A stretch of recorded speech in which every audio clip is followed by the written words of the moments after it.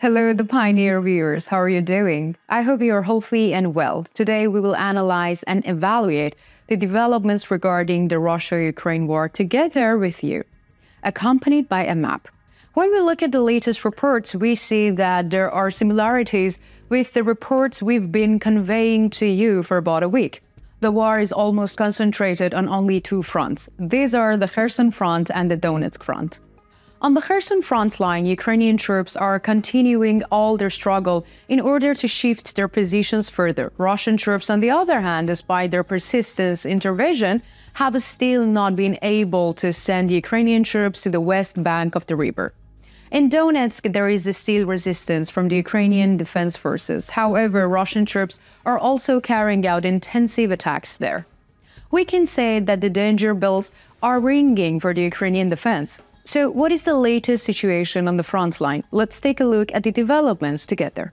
As the Pioneer team, we are working with all of our strength to inform you about the Russia-Ukraine war. Don't forget to subscribe to our channel and turn on notifications so as not to miss our daily map reports and reports on the agenda.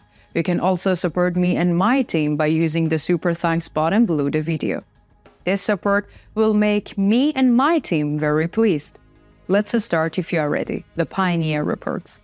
We begin our report by analyzing the latest developments on the Kherson front line. As you know, the Ukrainian army has ushered a new era on the Kherson front line. With this new era, the Ukrainian army has broken the Russian dominance on the eastern bank of the Dnipro River to a completely uncomfortable degree. The Russian army is also very uneasy due to this situation. When we share the reports of the Russian sources with you, you can see that they clearly express the situation. The most important purpose of these attacks here is, of course, the Crimean Peninsula. However, these attacks are not only related to the Crimean Peninsula. The entire front line, especially the recent situation on the Zaporizhia front line, may be affected by the changes on the Kherson front line. Of course, the realization of such a scenario would create a domino effect, and a difficult process would begin for the Russian army in all occupied regions. According to the latest reports, the Ukrainian armed forces are continuing their operations on the Kherson front line, especially in Poima, Pechenovka and Krinky axis. We see that both armies are engaged in counter-clashes. This region you see on the map is actually a gate.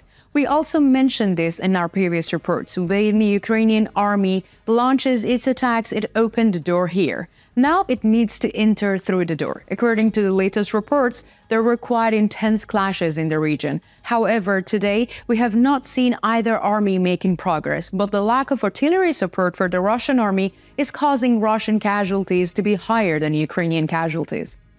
Let us continue with the artillery activity in the region. According to the latest reports, artillery units of the Russian armed forces targeted positions of the Ukrainian armed forces in Novotoyaginka, Tayinka, and Berslilov. Artillery units of the Ukrainian armed forces hit Russian positions in Stroyaya, Zhubrivka, Golaya, Pistoryka, Kardashinka, Aloyshki, Poima, Pechenovka, and Podestepnoe, Kazakh camps, Krusnak, and Dnipro. Now let's continue by analyzing the latest developments on the Zaporizhia front line. The Ukrainian army continues its offensive activities in the Voronezh sector of the Zaporizhia front line. We can say that the Russian army is passive in this area. We mentioned this in our reports. Ukrainian armed forces were carrying out attacks in the direction of Verbov. When we look at the latest reports, we see that the Ukrainian armed forces continue their attacks in the direction of Verbov. Ukrainian troops are trying to create a new line by advancing in this region. As you know, there were some advantages that the Ukrainian armed forces had gained in this region in the past. The Ukrainian army continues to protect these advantages. Breaking the defense line of the Russian army here is quite critical. If the Ukrainian army can break the Russian defense line here, it will reach the last layer of the Russian defense. Also, as you know, the Ukrainian army is trying to seize the dominant hills here. The realization of this effort will enable the Ukrainian army to gain a significant advantage in the Voronezh section. We also see that the Ukrainian armed forces are carrying out attacks on the western part of the Voronezh. On the one hand, the Ukrainian armed forces are carrying out attacks in the western part of the Voronezh, and on the other hand, they continue their attacks in the direction of Novoprokopivka. We also see from the reports of local sources that the Russian defense here is also about to be broken.